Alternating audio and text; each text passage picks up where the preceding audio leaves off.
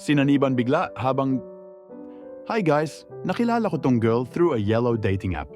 She's funny and cute, same humor kami, kaya mabilis kaming nagkapalagayan ng loob. May usapan pa nga kami na kapag napunta ako ng Manila, sabihan ko siya para magkita kami. So, last week, kailangan kong pumunta ng Manila dahil may meeting kami sa head office. I informed her ahead of time para makapag-adjust siya ng schedule niya. My meeting ended earlier than expected, so we decided to meet somewhere in Cubao. We ate, and then nag-decide kami na mag-check-in nearby. We took a shower, and everything went well until nung nasa ibabaw ko na siya. Biglang nanlisik yung mata niya, yung tipong nawala yung itim. Akala ko at first, dahil nasa sarapan lang siya, until bigla niya akong sinakal ng mahigpit at sinabi niyang, "Papatayin kita." Nagbago pa yung boses niya, parang sinaniban.